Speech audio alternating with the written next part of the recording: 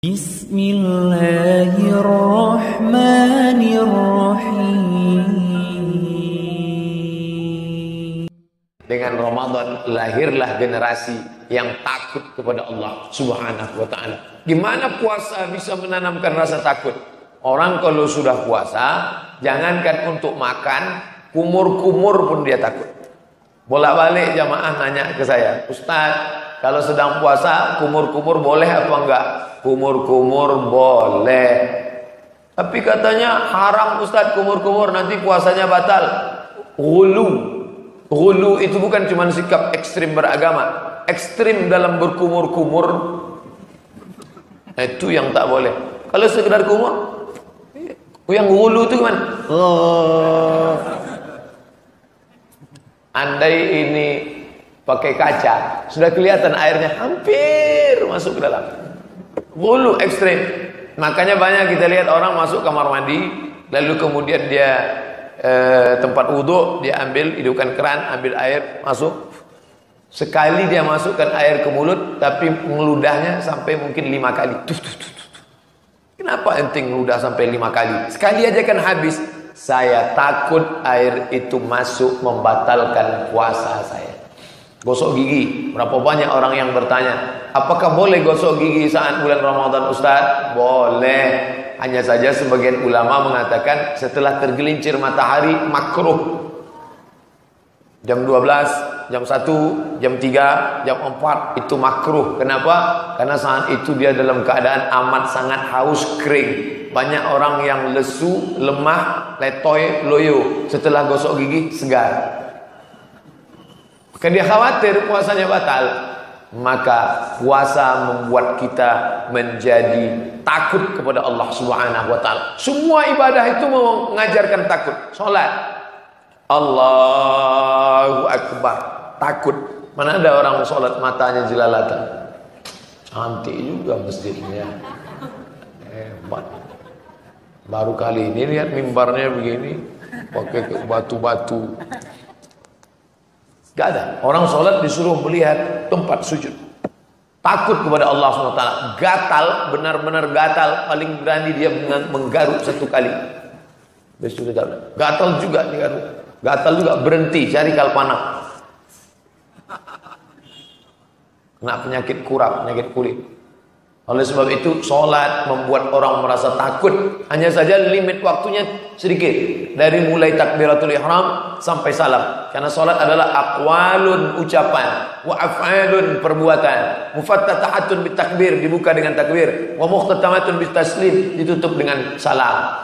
Lalu kemudian puasa mendidik generasi ini untuk takut yang frekuensi waktunya lebih panjang. Berapa? 13 jam setengah. Dari mulai jam 5 azan subuh atau setengah 5 sampai buka puasa, terserah di mana. Di Sumatera jam 5 sampai 6.30, 13 jam setengah. Di sini pun di Pulau Jawa lebih kurang begitu juga. Andai dia setengah 5, nanti pukul 6, 13 jam setengah. Selama 13 jam setengah itu takut ngelihat sembarangan, puasa saya rusak. Takut berkata yang tidak benar, puasa saya rusak. Idza qulta li sahibika ansit, kalau kau katakan kepada saudaramu ketika khatib sedang naik khutbah Jumat, tiba-tiba engkau katakan kepada teman di sebelahmu, diam, faqad laghauta, engkau sudah melakukan perbuatan lagha. Wa man lagha fala jum'atalah, siapa yang melakukan perbuatan lagha tiada Jumat baginya.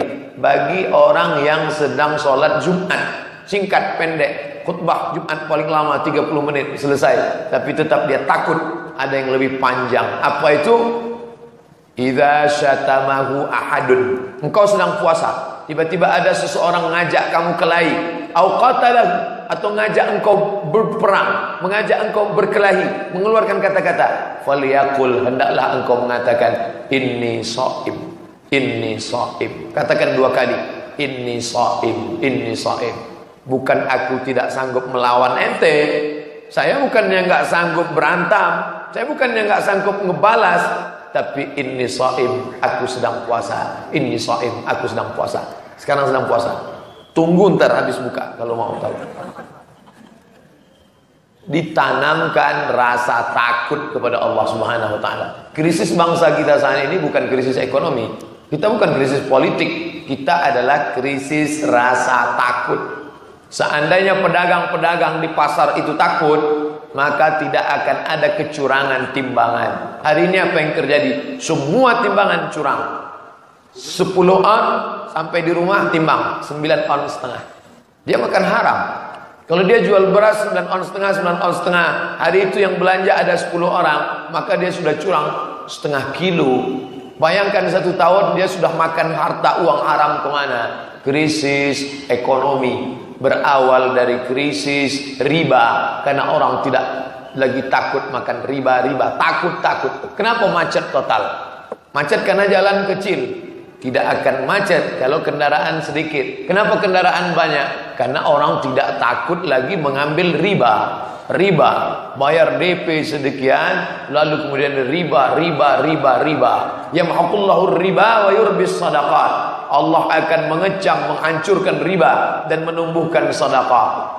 Katanya orang yang riba itu hancur. Kenapa mestinya hebat? Kenapa hebat? Dia sudah menghancurkan sendi-sendi yang lain. Perekonomian umat hancur. Anak-anak muda yang mau berkarir tidak lagi dapat dana segar dari orang-orang kaya, karena orang kaya menumpuk uangnya di bank konvensional, lalu setiap bulan dia mau hasil untung. Tidak lagi ada mudharabah, tidak lagi permodalan, tidak lagi bagi hasil. Gara-gara apa? Orang tidak ada rasa takut. Rasa takut dalam hati orang hilang.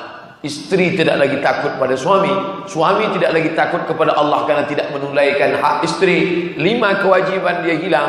Makan, pakaian, tempat tinggal, pendidikan, perhatian. Anak-anak tidak lagi ada takut kepada Allah, sampai meletakkan orang tua di panti jompo, sampai membiarkan orang tua tidak makan, tidak minum.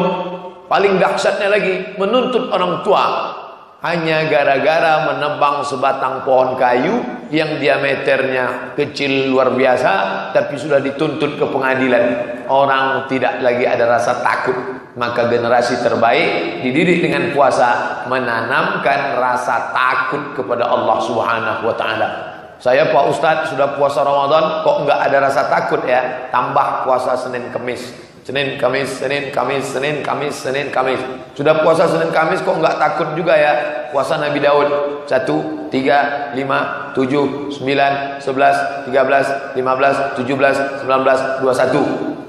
Kalau gitu saya ambil genap-genapnya. Yang penting ya sumu yauman, puasa 1 hari, wa yuftiru yauman, makan 1 hari.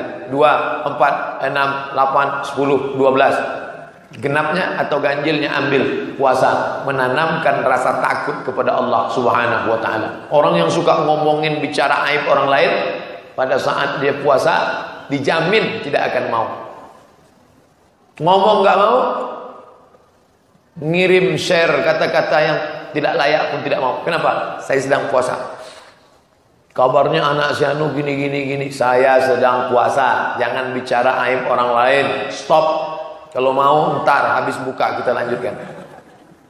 Artinya rasa takut kita limited, dibatasi oleh takbiratul ihram sampai salam, dibatasi dari sejak makan sahur sampai buka.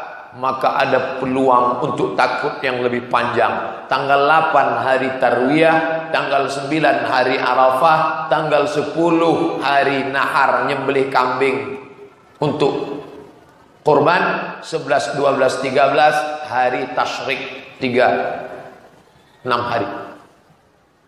Apa yang terjadi selama 6 hari? Orang takut mencabut bulu hidung, karena kalau bulu-bulu di badan copot dia harus bayar dam. Orang takut menggaruk kepala, karena sampai rambutnya copot, gugur, rontok, maka dia bayar dam. Orang takut tadi habis berniat labbaik Allahumma hajjah, aku sambut panggilanmu melaksanakan ibadah haji. Tiba-tiba ada sisa makanan daging dalam gigi, dia mau congkel, tidak ada dongkrak, lalu dia ambil duri dari pohon korma yang ada di Makkah. Nggak boleh mencabut tanaman, kena dam. Nampak burung merpati, ketika di Indonesia suka nembak burung merpati, ketika kelihatan banyak betul, akhirnya dia lempar sendalnya satu, mati 1 ekor burung merpati. Nggak boleh Selama berapa? Dari sejak dia berkata labbaik Allahumma umrah, labbaik Allahumma hajja, sampai dia tahallul potong rambut. Maka negeri itu disebut dengan haram. Minal masjidil haram, dari tanah Arab.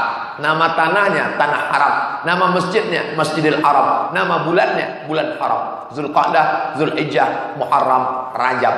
Ada apa?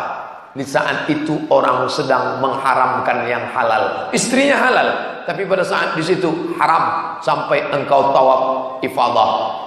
Makan halal, tapi pada saat puasa dia menjadi haram sampai engkau mendengar azan maghrib. Maka orang Islam ditanamkan dalam dirinya, mendidik generasi terbaik, ada haram. Sekarang orang kan berkata haram. Kata haram itu sekarang ada, bukan berarti tidak ada kata haram, hanya saja penempatannya. Haram kapan? Kalau sedikit. Kalau banyak makruh. Ustaz, apa hukum bunga bank? Haram. Ulama gimana pendapatnya Ustaz? Pokoknya haram, gak ada tawar-menawar. Gimana kalau Ustaz kami kasih setengah? Sebenarnya ulama tidak sepakat dalam masalah. Ada perbedaan mazhab. Menurut Hanafi, ya sudah masuk ke celah itu ada saja. Mana rasa takutmu kepada Allah Subhanahu wa taala? Jadi yang kita lihat saat ini, fenomena beberapa bulan terakhir kita dilelahkan dengan pemimpin-pemimpin kafir. Maka sebenarnya Allah ingin menunjukkan kepada kita semua bahwa generasi ini tidak takut kepada Allah Subhanahu wa taala. Apakah dia profesor, doktor, kiai, buya, apakah dia yang selama ini disematkan kata alim ulama, tapi takut itu tidak ada. Maka Allah mau menunjukkan, memperlihatkan kepada kita semua yang dikatakan ulama itu siapa. Itulah yang ada dalam Al-Quran. Innama yakhshallaha min ibadihil ulama. Yang takut kepada Allah, itulah yang layak disebut sebagai ulama. Ulama bukan anggota MUI, ulama bukan orang NU, Perti, Muhammadiyah, ulama bukan yang belajar di Mesir, LCMA, profesor, doktor, filosofi, PhD. Ulama adalah orang yang takut kepada Allah Subhanahu wa taala. Liyamizallahu al-khabitha minat thayyib. Khabith kotor, thayyib baik. Ketika kita tidak uji, bercampur antara yang khabith dengan thayyib, maka Allah uji. Aku uji dia. Kalau kita gali tanah di belakang rumah kita, lalu ketemu satu bongkah hitam, kita tidak tahu yang hitam ini apakah batu, apakah arang, apakah besi putih, apakah emas, apakah perak. Maka untuk mengujinya, hidupkan api 100 derajat Celcius, 1000 derajat Celcius, bakar dia. Begitu kita bakar 1, 2, 3 jam, melelehlah hitamnya, hilang. Yang muncul warna kuning keemasan, berarti dia emas, simpan. Tapi kalau engkau sudah bakar 3 hari 3 malam, dia tetap hitam, buang, dia batu gilingan.